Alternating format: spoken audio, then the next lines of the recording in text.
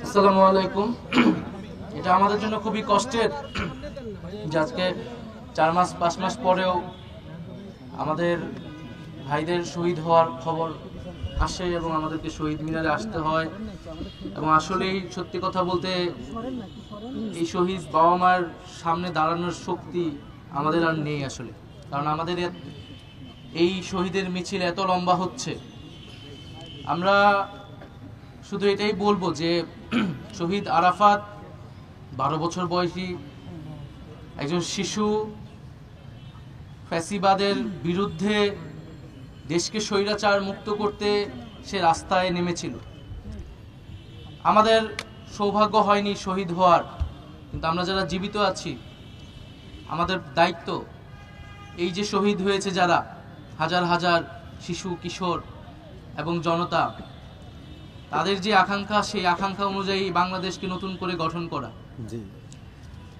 আমরা দেখেছি যে এই আন্দোলনে স্কুল কলেজ শিক্ষার্থীর পাশাপাশি মাদ্রাসা শিক্ষার্থীদের ব্যাপক অংশগ্রহণ এবং রক্তত্যাগ, আত্মত্যাগ রয়েছে।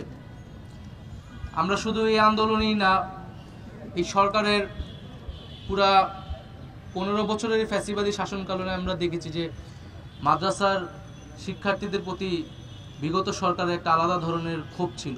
মাদ্রাসা শিক্ষার্থীরা বিভিন্ন সময় সরকারের রোষানলে পড়েছে, বঞ্চনা এবং অবহেলার শিকার হয়েছে। আমরা 13 সালের শাপলা হত্যাকাণ্ডের সময়ও দেখেছি যে মাদ্রাসার শিক্ষার্থীদের উপর কিভাবে পুলিশি নিপীড়ন চলেছিল। কিন্তু তারপরও মাদ্রাসার শিক্ষার্থীরা রাস্তায় এই জুলাই আন্দোলনে নেমেছে। স্কুল কলেজ শিক্ষার্থীদের, বিশ্ববিদ্যালয়ের শিক্ষার্থীদের কাঁধে কাঁধ মিলিয়ে তারা লড়াই করেছে।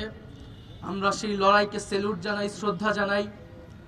এবং সমাজে যে বিভাজন শেখ হাসিনা সবসময় করে রাখার চেষ্টা করেছিল, এই জুলাই আন্দোলনের মধ্যে দিয়ে সেই বিভাজন দূর হয়েছে। এবং আর কোনো শক্তিকে, আমাদের দেশের ভিতরে দেশের বাইরের কোনো শক্তিকে আমরা আর এই বিভাজন করতে দিব না। বাংলাদেশের জন্য, বাংলাদেশের স্বাধীনতা সার্বভৌমত্বের জন্য যারা লড়াই করবে, আমরা সবাই কাঁধে কাঁধ মিলে একসাথে আছি, ঐক্যবদ্ধভাবে আছি। এবং এই জুলাই আন্দোলন যেভাবে গুলি চলেছে, এখনো আপনারা হাসপাতালে গেলে বা যারা আহত অবস্থায় আছেন, এত ব্রুটালি এবং এইভাবে যে পঙ্গুত্ব বরণ করেছে, এটা আর কোনো আন্দোলনে এরকম হয়েছে কিনা আমার জানা নেই। এরকম পঙ্গুত্ব বরণ করতে আমি দেখি নাই, যেভাবে মানুষের হাত পা চোখ নষ্ট হয়েছে। যুদ্ধ আহত হলেও এইভাবে আসলে পঙ্গুত্ব বরণ করতে হয় না। তো যারা বেঁচে আছে আহত অবস্থায়, তাদের বেঁচে থাকাটা অনেক বেশি কষ্টের, অনেক বেশি যন্ত্রণার। আমরা জানি, আমরা সেই যন্ত্রণা, সেই কষ্টের প্রতি সবসময় সমবেদনশীল। আমরা সকল শহীদ পরিবার, আরাফাত সহ সকল শহীদ পরিবারের প্রতি সমবেদনশীল। এবং এই সরকার অবশ্যই এই শহীদ পরিবার এবং আহতদের পরিবারকে রাষ্ট্রীয় মর্যাদায় পুনর্বাসন করবে।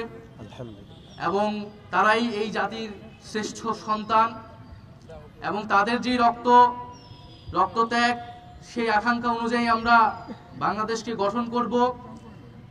এবং মাঝে মাঝে আসলে আমরা যারা সরকারে আছি, আমরা তো সবসময় বলতে পারি না, কারণ আমরা নিজেরাই সরকারে আছি, আমাদের সরকারের ব্যর্থতা বা সীমাবদ্ধতা নিয়ে। কিন্তু কষ্ট হয় যখন আমরা দেখি যে আমরা এই শহীদ পরিবার, আমরা এই জুলাই গণহত্যা, আমরা আমাদের এই গণহত্যাকারীদের বিচার, এগুলা বাদ দিয়ে আরো নানান ইস্যু নিয়ে আমরা কথা বলি।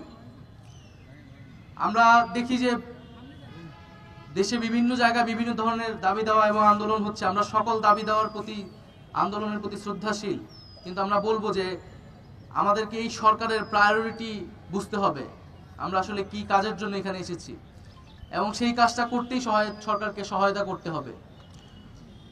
এবং আমরা বলবো যে এই জুলাই গণহত্যা সহ